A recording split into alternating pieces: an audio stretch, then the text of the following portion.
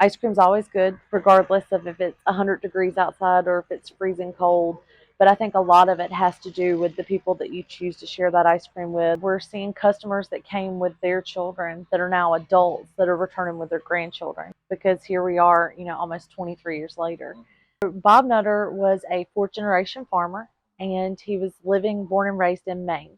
And in 1963, he decided that he was tired of cold weather and he was tired of snow and tired of ice, and he found out that there was a farm here for sale. And when he came here, there were maple trees in the front yard on the property, and his farm in Maine was Maple View. So he knew that this was the perfect fit for him. His daughter Muffin moved back from Chicago, and in 1996 in November is when they opened Maple View Farm Milk Company.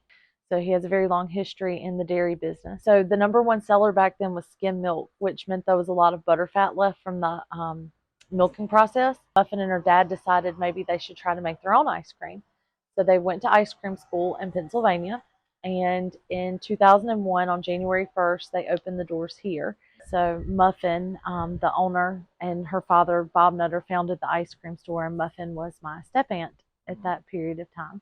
I was actually here on January 1st, the first day it opened, and got ice cream with my family, but I didn't start working until later on in March. Muffin did not want me to work my normal job when I was out of school, so she said, "This is close to the house. Come on, we'll have fun." And the ice cream store was actually delayed being open because Muffin had been diagnosed with breast cancer. And a few years later, her breast cancer metastasized into bone cancer. And part of me staying was she worked so hard, even as sick as she was. And I was working on my master's, and I was also teaching in public school.